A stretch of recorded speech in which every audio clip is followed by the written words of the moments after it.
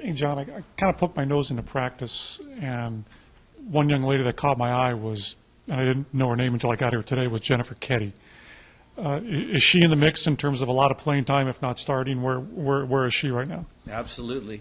Jennifer is, I've said to people from the first day she came on her official visit, I'd recruited her and I thought, boy, she could be good, and I saw her in this very limited circumstances. I went all the way up to Spokane and saw her play in a match and a half of really low-level kind of district qualifying.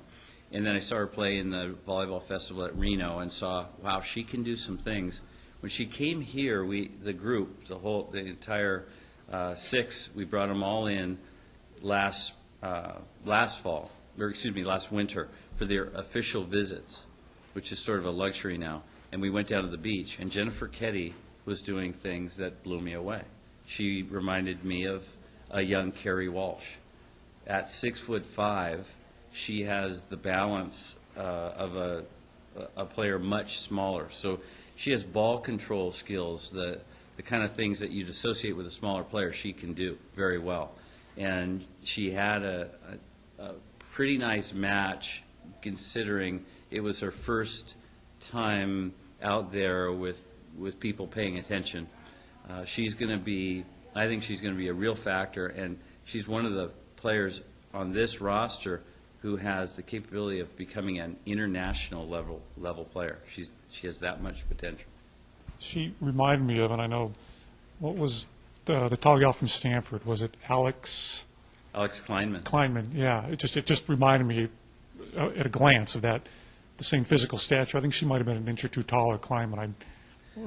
Yeah, Kleinman is a different player, only that she grew up with playing outside hitter, and she was always tabbed as this 6'5" outside hitter, which is the incredible luxury. She could pass and hit. And Jennifer has been limited in her exposure to various systems, elite levels of play, and because she was tall, as many young women or young kids are, they're stuck in the middle.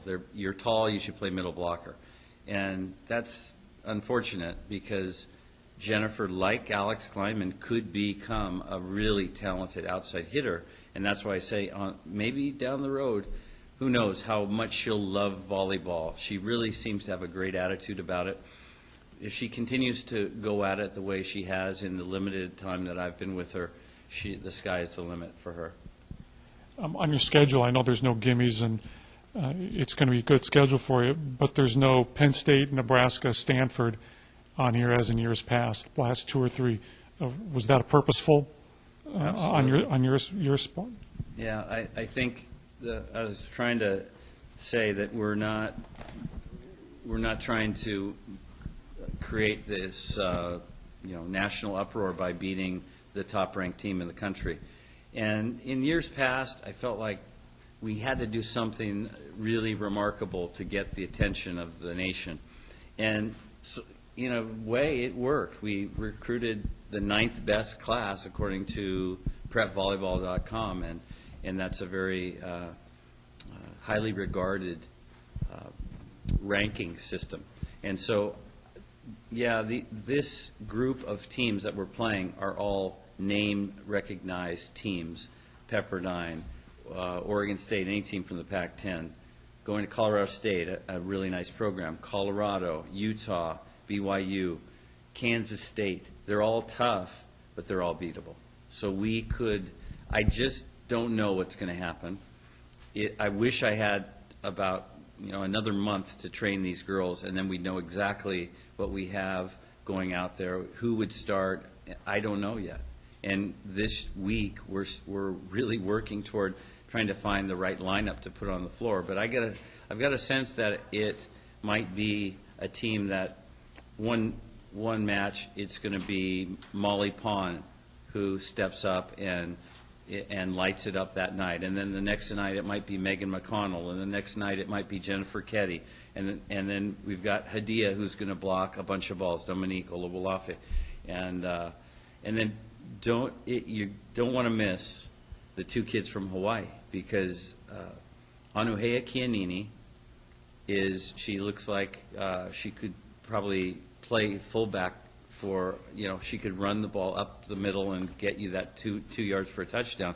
She is one of the strongest kids I've ever seen, and she's fantastic with the volleyball. She's a magician. She's just a wonder and a joy to coach. What a spirit she has. And then Chelsea Harden was our best player in the inter-squad match the other night. So those two kids are really key to our future and exciting and fun to coach and all those things.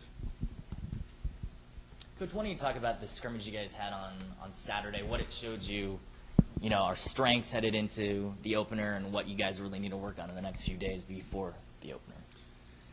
It showed us that we have what we already knew, that we have a lot of talent, but we have to learn to play. We have systems of play that I feel, once attained, will give us an advantage over our opponents.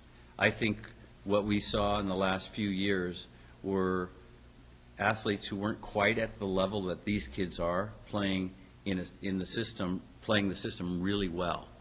So, taking nothing away from Kylie Atherstone, she was the benefactor of having Chelsea Hayes be able to throw a ball out to the backcourt and having her attack in a way that not many schools do. We have more back row attacks at Cal Poly than any school in Division I, Elite Division I would say that.